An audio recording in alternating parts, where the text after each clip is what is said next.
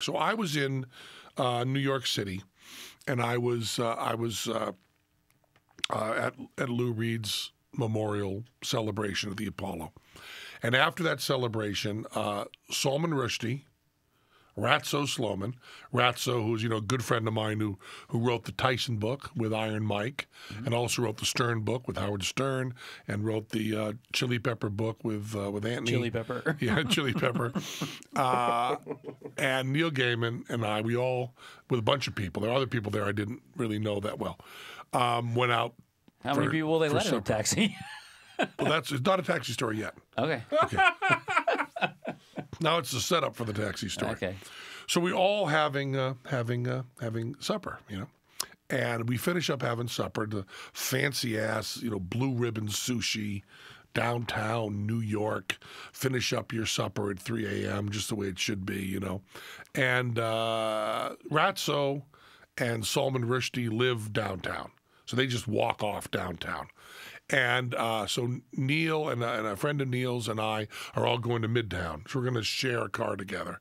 And we're on a back street. So I use Uber car, Uber car, where you get a car taxi app with your phone, a taxi app type thing. You get a black car, comes in, town car. An Uber car. Uber car, yeah.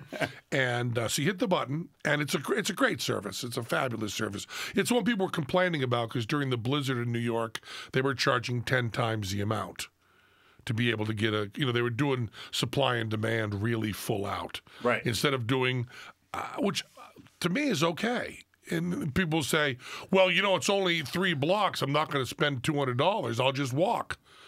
Correct. Okay. That worked out perfectly. Yeah, for everybody.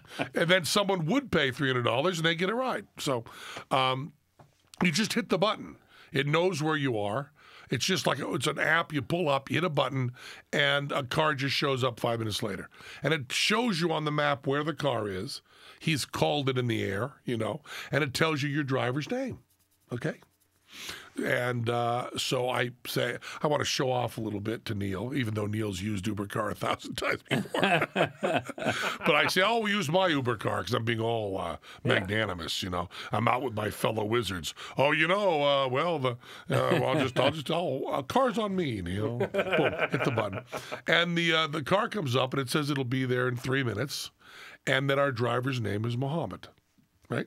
Mohammed is our driver's name. Common name. A common name, very common name. And you're not riding with Rushdie, so it's okay. That's the point we're getting to. Yeah, of course it is. I'm going to ruin every story I can. No. Well, you tried to ruin this one, but you haven't been successful. So I point and I say, hey, good thing we're not riding with Salman Rushdie, huh? And I show the name there. And Neil gives me hardly even a chuckle, hardly even a smile, nothing. Like he heard me, but ha, ha, ha, ha. Then he gets in the car, right? So we're riding to Midtown with Mohammed, okay, who has talked to us and is very clearly Middle Eastern of some sort. Now, this, I'm not saying that there's anything about him and the fatwa or anything else, but he is Middle Eastern, and he is named Mohammed, and he is driving our car. So we're sitting in the back seat with Neil and his friend and me, and we get to where Neil's getting off, which is before where I get off. I'm going like another 10 blocks to my hotel. And Neil gets out of the car, and as he's out of the car and his friend's out of the car, he leads back in, and he says, hey, Penn, great evening. Loved going to the Apollo with you. Wonderful to meet Ratso. And wonderful to hang out with your best friend, Salman Rushdie. Slam. Walks away.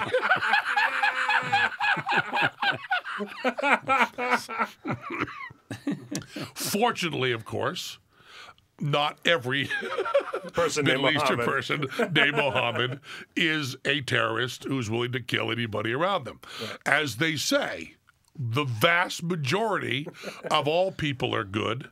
The vast majority of people from the Middle East are good. The vast majority of people named Mohammed are good. And I was really in no danger.